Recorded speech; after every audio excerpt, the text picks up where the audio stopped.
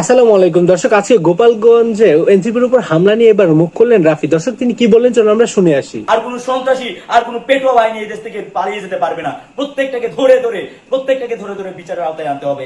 আমরা আজকে দেখেছি আমাদের এই গোপালগঞ্জে আমাদের ভাইদেরকে রক্তাক্ত করেছে, আমাদের ভাইদের উপর আঘাত করেছে, আমাদের ভাইদের উপর গুলি চালিয়েছে। এটা গোটা বাংলাদেশের উপর গুলি চালিয়েছে। নাহিদ হাসতা ছাত্রীদের উপর গুলি চালানো মানে বাংলাদেশের উপর গুলি চালানো। আমরা দেখেছি জুলাই আগস্টে আমাদের ভাইদের উপর যেভাবে হামলা করা হয়েছিল, জুলাই আগস্টে আমাদের সহযোদ্ধাদের উপর যেভাবে হামলা করা হয়েছিল, জুলাই আগস্টে যেভাবে শান্ত, ওয়াসিম এবং আবু সাইদদের গুলি করা হয়েছিল, ঠিক একইভাবে আজকে 2025 সালে এসে 16 জুলাই আবার আমাদের ভাইদের উপর গুলি চালানো হয়েছে, যেখানে প্রশাসন, পুলিশ এবং সেনাবাহিনী পর্যন্ত নীরব দর্শকের ভূমিকা পালন করেছিল।